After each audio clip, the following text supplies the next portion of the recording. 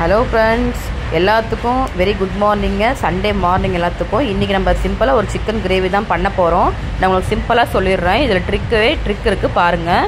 நல்லா எண்ணெயை ஊற்றிட்டு ஆனியன் ஒரு 4 ஆனியன் ஆட்டும் நல்லா கட் பண்ணி பொன்னிறமாக வதக்கிக்கணும். நல்லா வதக்கிட்டு பறக்கும். நல்லா அது நல்லா பொன்னிறமாக வந்துட்டு பறக்கும். அது ஒரு தட்டில் சைடில் எடுத்து வச்சுக்கணும். சரிங்களா?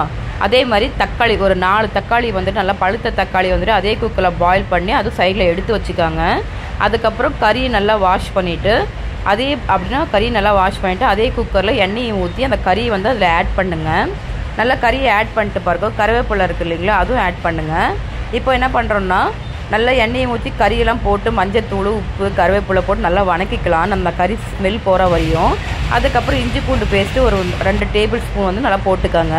நம்ம ஏற்கனவே வந்துட்டு அப்படின்னா நல்லா மிக்ஸ் பண்ண ஒரு வெங்காயம் தக்காளியோட அந்த இது பொன்னிறமாக வறுத்தது வந்து அரைச்சி பேஸ்ட் பண்ணி நம்ம எடுத்துருக்குறோம். அதை எடுத்து நல்லா ஊற்றி நல்லா கொதி வர விட்டுட்டு, இதுதாங்க மெயின் ட்ரிக்கு கறி குழம்புக்கு. என்னடா ட்ரிக்குன்னு யோசிச்சுட்டு இருப்பீங்க. மெயின் புளி தாங்க. அந்த புளி வந்துட்டு ஒரு கை சைஸ் எடுத்துக்காங்க. அந்த கை சைஸ் எடுத்துகிட்டு அந்த புளியை நல்லா வந்து கரைச்சி எடுத்துக்காங்க. அதில் இருக்கிற எசென்ஷியெல்லாம் இறங்கட்டும். அந்த புளியை கரைச்சி எடுத்துகிட்டு பிறக்கும் நம்ம என்ன பண்ணுறோம், அந்த கறி குழம்பு கொதிக்குது பார்த்தீங்களா, அதில் ஊற்றிக்காங்க. சரிங்களா? அதில் ஊற்றிட்டு பறக்கும். அதை நல்லா ஒரு 5 நிமிஷம் நல்லா வேவிட்டு அந்த பச்சை ஸ்மெல்லாம் போயிட்டு பறக்கும். நீங்கள் என்ன பண்ணுறீங்கன்னா மல்லித்தூள் தென் வந்துட்டு பச்சை மிளகா பொடி, இது வந்துட்டு அப்படின்னா வரமிளகை தூள் வந்து 2 ஸ்பூன் போடுங்க. பச்சை மிளகா பொடி 1 ஸ்பூன் போடுங்க, காரத்தை தகுந்த மாதிரி.